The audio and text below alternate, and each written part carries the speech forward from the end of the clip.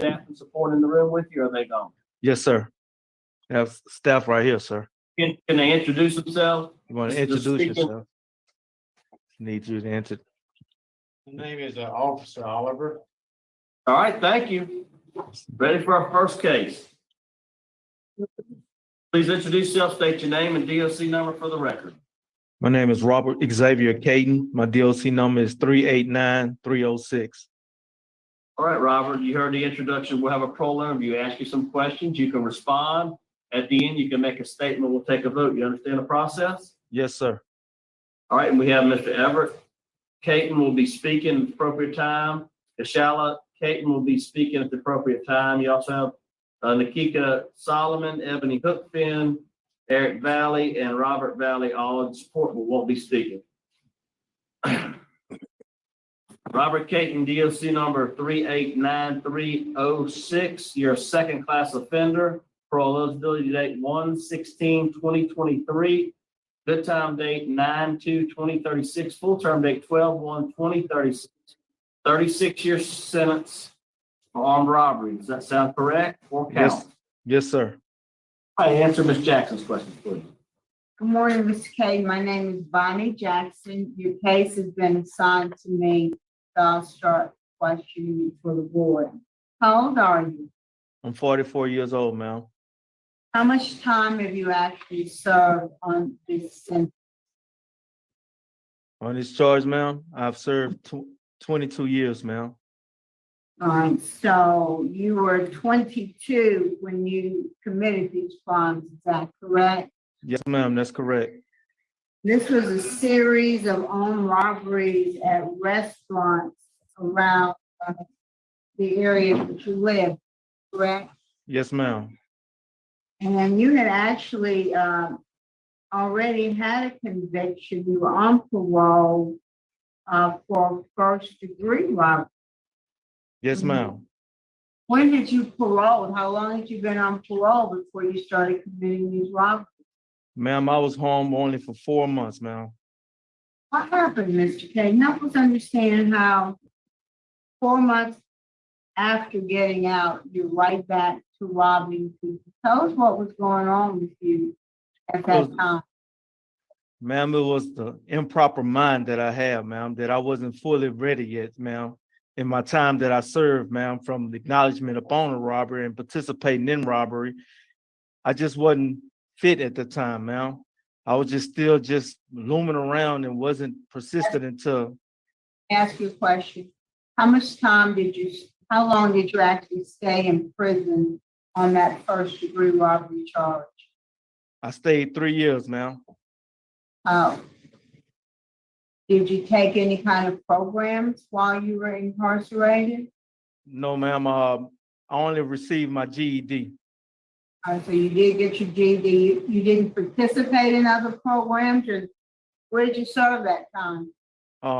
Ma'am, I served at Concordia Parish from 97 to 99, and then I discharged from LaSalle.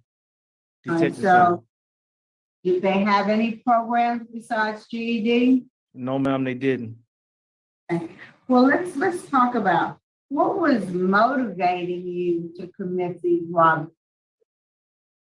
The motivation that I had, ma'am, was going to clubs and hanging with so-called friends that was just the wrong atmosphere for me, an environment of guys to be around. And it just lured me. So you were just committing robberies to get money to go to clubs? I'm just trying to understand why were you committing robberies? Committing robberies to help pay bills of support to my son and on a car. Well, how about a job? Why didn't you get a job? Exactly, ma'am. Why didn't I get a job when it was a job offered to me and I just didn't take the job? Well, tell me what's different about you now, and why should I trust that the result would be any different if you were successful in your request today? What's different? What's changed? And how can I trust you? Because I am a changed person, ma'am. I am blessed. I am so thankful for life that I'm still living. So here it is, the trust within me, ma'am. I have skills that I do have. I am a cook. I am a baker. I am certified. And throughout my whole jokes, I've been in every kitchen that it is pertaining to my jokes and my time. So here it is, ma'am, to be allowed to go offshore, even getting a coastal line or working for Well, truck driving. Before we jump into that, I'm glad you have your culinary skills, but I want to know you as a human being. What has changed about you as a human being from that person 22 years ago who was out robbing people? So, what has changed about you as a human being, and what brought about that change? What about that change, ma'am, is how I just threw away my life.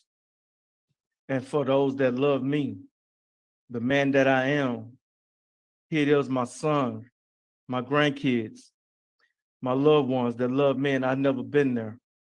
A mother and grandmother that have raised me, and I never been there for them to show them nothing. So here it is with skills that I have, ma'am. I just haven't been the man to stand my ground as I should and lay there and just accomplish more in life than here it is the downfalls that I've taken. Well, what are some programs that you've taken that has helped you? Because I'm not hearing anything specific. Okay, ma'am, here it is. I have taken victim impact that expresses Right. Talk about that. How did that affect you? for putting myself in a position to where here it is like the abuser side for the family and the friends that I have, as well as for the victim's family and friends, the effects that it causes that they may have. What effect do you think they may have? It may goes to the emotions, the feelings, being a victim. Here it is for the outcome of here it is consistent into a robbery of a man holding a gun. It's your life. It's a gift God give you, and it's a life behind what that stuff that is not worth it. So the change up in me, ma'am, is just regardless of all my past crimes that have been committed, it is not me. And it's not succeeding that way into life. Thinking for a change. Did you take thinking for a change? Because I didn't see it on your list of programs. Yes, Tell me ma'am. tell us about thinking for a change and what that taught you. What was the most important lesson you learned from thinking for a change? And having conversations, listening, dealing with anger problems, with someone else's anger.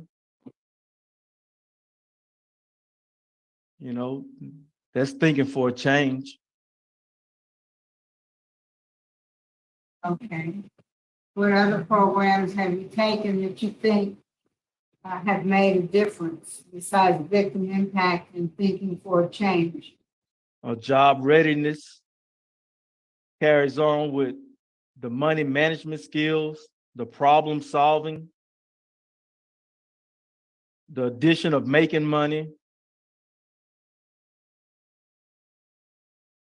But I guess what I'm trying to get from you, if you were in my position, I'm looking at a person who committed 4 armed robberies after having served 3 years on a robbery that was reduced to a first-degree robbery, who was only out 4 months on parole before they started back to committing robberies.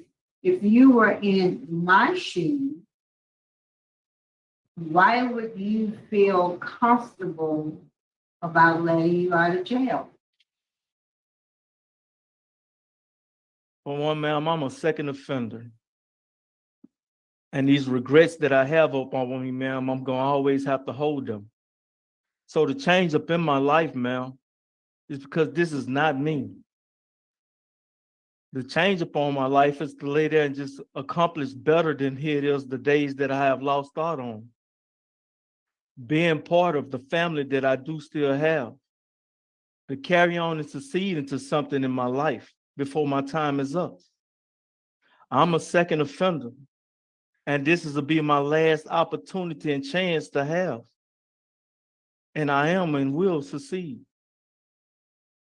Tell us about your transition plan. If you are successful, where do you plan to live? Where do you plan to work? And what do you think you need to do to stay out of trouble? Well, I will go and reside with my sister in Alexandria, Louisiana. From there, I'm trying to get on with Del Mar Global or any offshore company that is willing to hire a cook.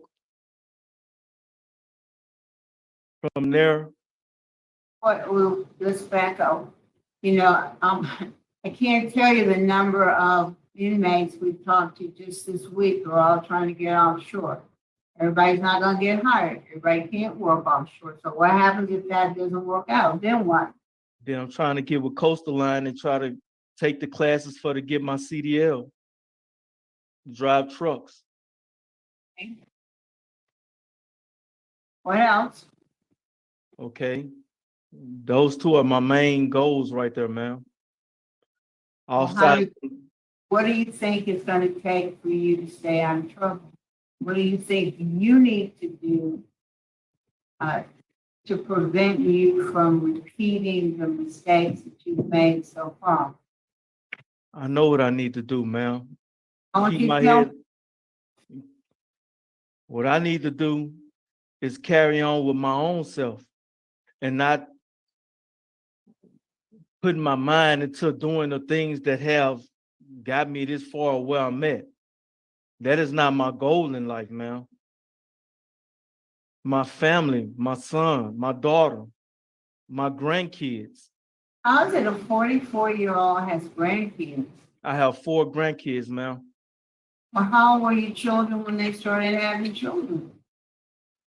Ma'am, since I left the world in 97, they both was born.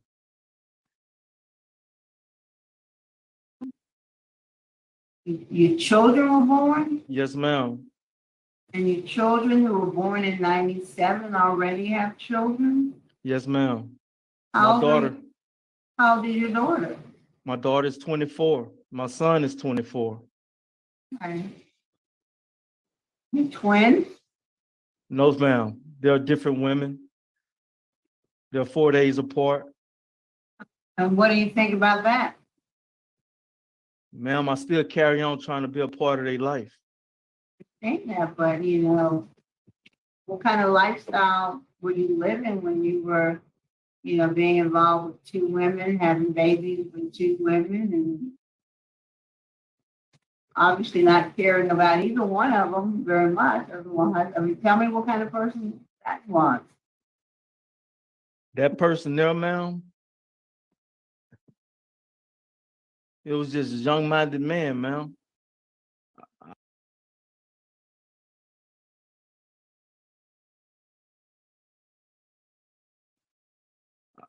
I was not as accurate as I am now. My thoughts into those days was just all about myself.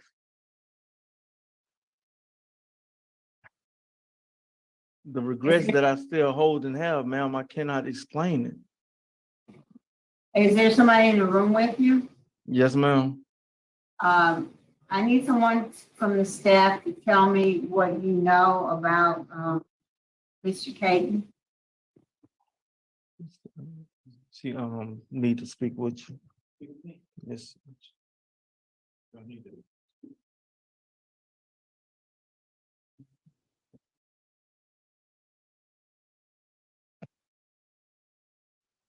Who am I speaking to? Officer Nathan Oliver. All right. Officer Oliver, what can you tell us about Mr. Kayton? Well, ever since he's been here, like I said, he never had any problem with him. I remember I was full-time at one time. I'm just part-time now, and you'd go into the dorm. He'd never give any problem. He always smiled. And those people, you always remember the ones that are, that don't give you any problem than ones that do. And he never has given me or anybody else any problem. You And, know how long has he been, at your institution? I don't know how long he's been here because, seemed like Dave, I'm getting close to 67 myself, and days just run into days and years. So, I know at least, what, 2 years? Three, he's been here 3 years, and not, like I said, I remember him. He's a trustee now. Okay, And like I said, he's the same every day. You tell him good morning, he's smiling, and we just, it's just, he's the same every day. all right, all right. Well, thank you very much. Yes, ma'am.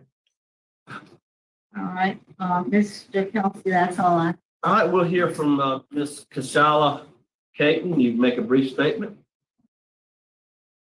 Okay, Go ahead. can you hear me? Yes, ma'am. Okay. Through the years, I've actually been around my brother from day one since his first arrest. I can say during the years that he's been incarcerated, I have seen a great change in him.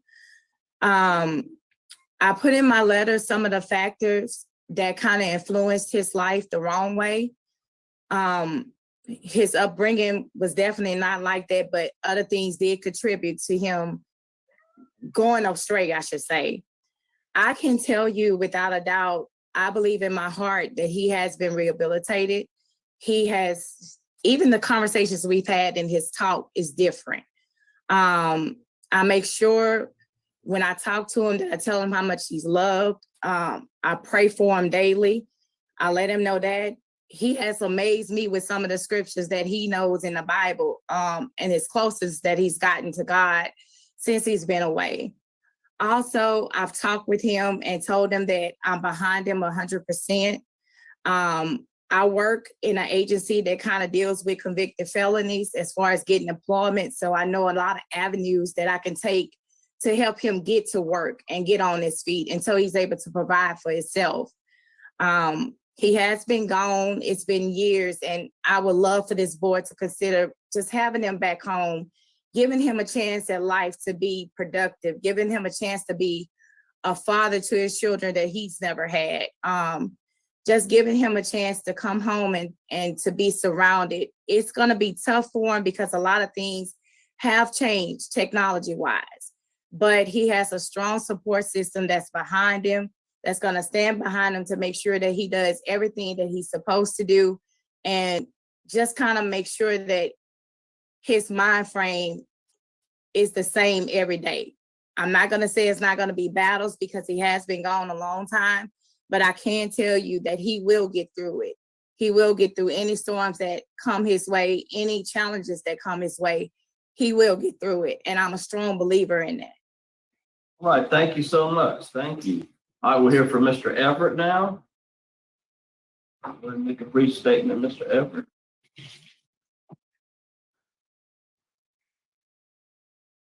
I know without a shadow of doubt that my brother is not the same person that he used to be. I have conversations with him all the time, and he never ends a conversation without a prayer, without a scripture, or talking about the benefit of knowing God and being closer to God. And from what I've achieved in life, I'm able to help support him and help get him going in the right direction. You know, we all say Alexandria is where he will be at to start, but that's not what we actually contemplating on him living at for good. We just want him to get a start, get on his feet, so we can support him and help him do everything that he needs to do moving forward. All right, thank you so much. Thank you. All right, Robert, would you like to make a statement on your behalf? Yes, sir. To all the victims, each and every one, sir, ma'am, please know that words cannot describe nor express the remorse that I am. For the past, I used poor judgments as I carried on into my life with it that affect victims, families, loved ones, my kids. I can't change the past, though I'm a changed man. I am blessed and I'm thankful to be able to have this board hearing going on right now. I pray and I ask for the last chance that God will give to me, that you enable me to later and succeed and accomplish from all my downfalls. And I just thank y'all for having me at this time. All right, thank you. Thank you. It's now prepared to vote. Ms. Jackson? Yeah. All right, Ms. Kayton, Yes, ma'am. you have been in prison, almost half your life. Yes, ma'am. You had a good interview today. You have a good institutional record. You have really good family support system, which is important. You have a low target score. 3 of the 4 victims of your robbery either have no comment, unopposed, or will leave the decision up to the board, and of the 4 express any opposition. And you also have positive remarks from the prison staff.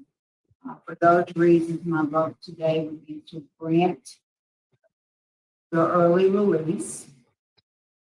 The conditions that I would impose would be a 9 p.m. to 6 a.m. curfew. That you report to your parole officer weekly for the first 60 days of supervision. Yes, ma'am. Thank you.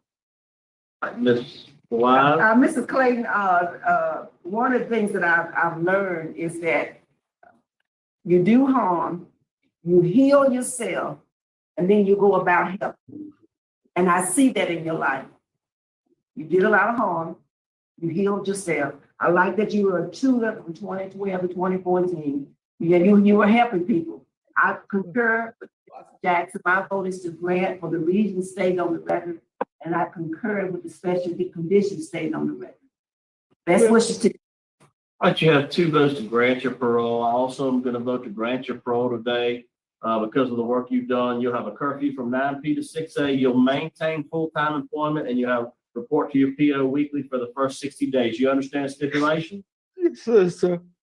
All right, 3 votes to grant. Your parole's been granted. Good luck to you. Thank you very much. All right, it's 12 o'clock. We'll adjourn at Franklin. Yes, sir.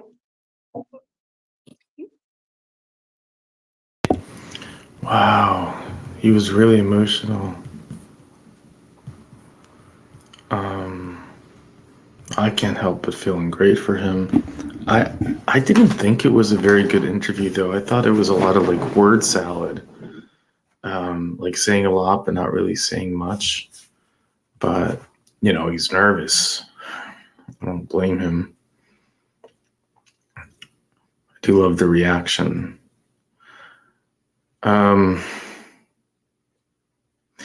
Whenever I see these long sentences, I always do feel the need to bring up that here he is. He got a 36-year sentence for a string of armed robberies while we have cockroaches that are destroying our children that get 5 years and 8 years. And he gets 36 years.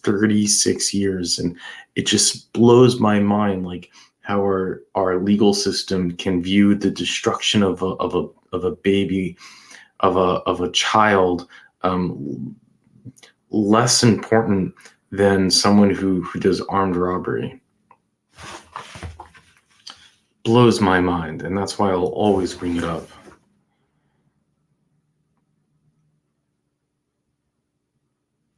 Like, yeah, I get he was on parole, and then he went and did it again just 3 months later. But why not give him a 10-year sentence? No, the judge hits I'm going to send you away for 36 years. So then how can you send away people who hurt children? How can you send them away for just 6 years? Because when they come back, they're not going to go and do the same thing. They'll just be better at hiding it. It's ridiculous. It really is.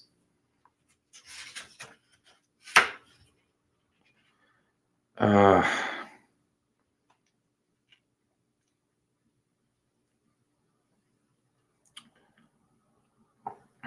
don't think I'll really ever understand it. Man, he really has spent like pretty much his life locked up. He's 44 years old, but he's got grandkids. Miss Jackson's question, it was kind of funny. She's like, how does a 44-year-old have grandkids? Hey, you've been locked up, but you can be a great grandfather by the time you're like what? Pretty young. Imagine having grandkids at 44. I can't even, I'm like, how is that even possible?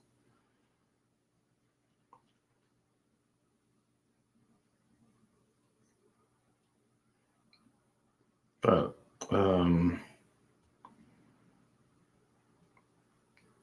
hey, that's a blessing for him, right?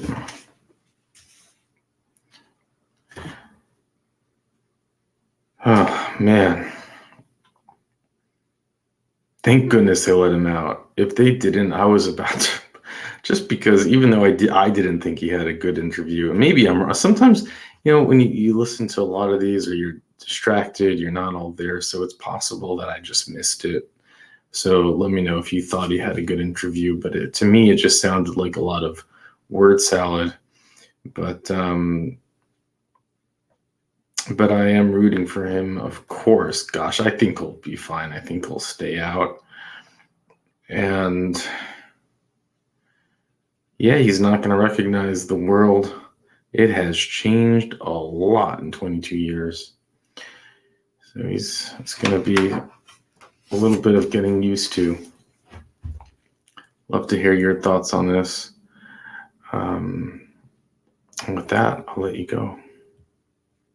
Oh, I guess we comment one more thing. The headphones he has on is pretty great, right? They should give one of those each to the board members, and we'll all be much happier with that. And do like and subscribe. It helps the algorithm.